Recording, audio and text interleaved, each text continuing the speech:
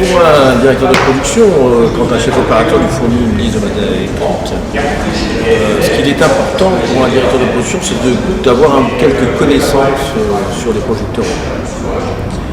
Comme je l'explique aux étudiants, il y a trois grandes catégories de projecteurs. Il y a ce qu'on appelle les projecteurs type lumière du jour, qui servent à tourner avec la lumière du jour, qui ont la même température de couleur que la lumière du jour, à savoir 1500 degrés Kelvin.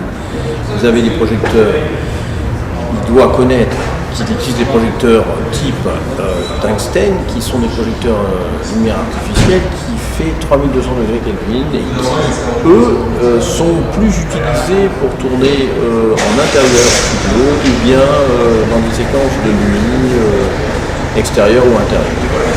Il existe une troisième catégorie de projecteurs dont je leur parle beaucoup et qui est important que ces étudiants connaissent, c'est les projecteurs Kinoflow à tube fluorescence.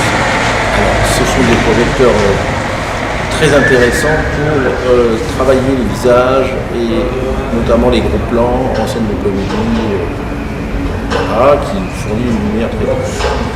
Sachant que ce type de projecteur est utilisable et en 5500 et en 3200 degrés Kelvin. J'essaie de les amener, de les sensibiliser au fait qu'une liste d'un chef opérateur en fait, ce qu'il faut qu'ils voient assez vite, c'est la cohérence en fait de cette liste.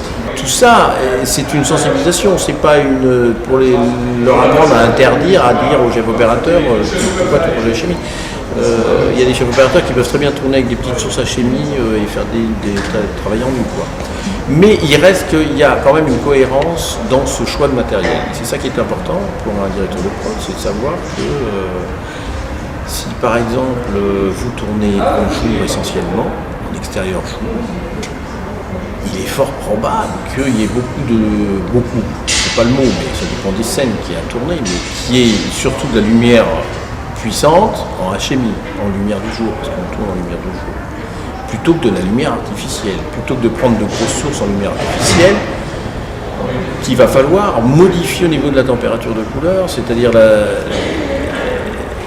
mettre des gélatines pour changer cette température, ce qui est un peu un non-sens évidemment. Bon, maintenant, il est possible effectivement, comme on le faisait avant, de tourner en extérieur avec ce genre de projecteur, mais au jour d'aujourd'hui, voilà. C'est ça qui est important, c'est de voir sur une liste la cohérence du matériel choisi par rapport à ce qu'on va tourner.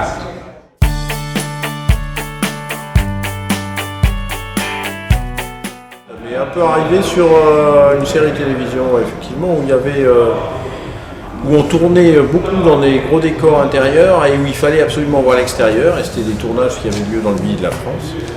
Donc la difficulté là, pour le coup, c'était de pouvoir équilibrer effectivement les scènes de jeu qu'il y avait en avant-plan à la face, comme on dit, la caméra, et les fonds, quoi. Donc avec des sources en plus qui n'étaient pas très puissantes, j'avais pas non plus une quantité énorme de lumière, mais bon, voilà. Donc ça c'est toujours très délicat, surtout quand il y avait des mouvements de caméra, de pouvoir maintenir et tenir ce pari-là, c'est-à-dire de pouvoir éclairer les comédiens, mais pas non plus d'une façon ultra violente, parce qu'à un moment donné, vous dénaturez esthétiquement l'image, et ça pose de problèmes, et en même temps d'avoir aussi...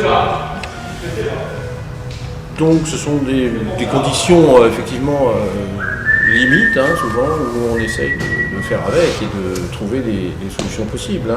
Si les plans ne sont pas très larges, on peut toujours diffuser. Si les fenêtres sont fermées, on peut toujours diminuer la quantité de lumière, ou bien rééclairer suffisamment en donnant une bonne direction de lumière sur les comédiens.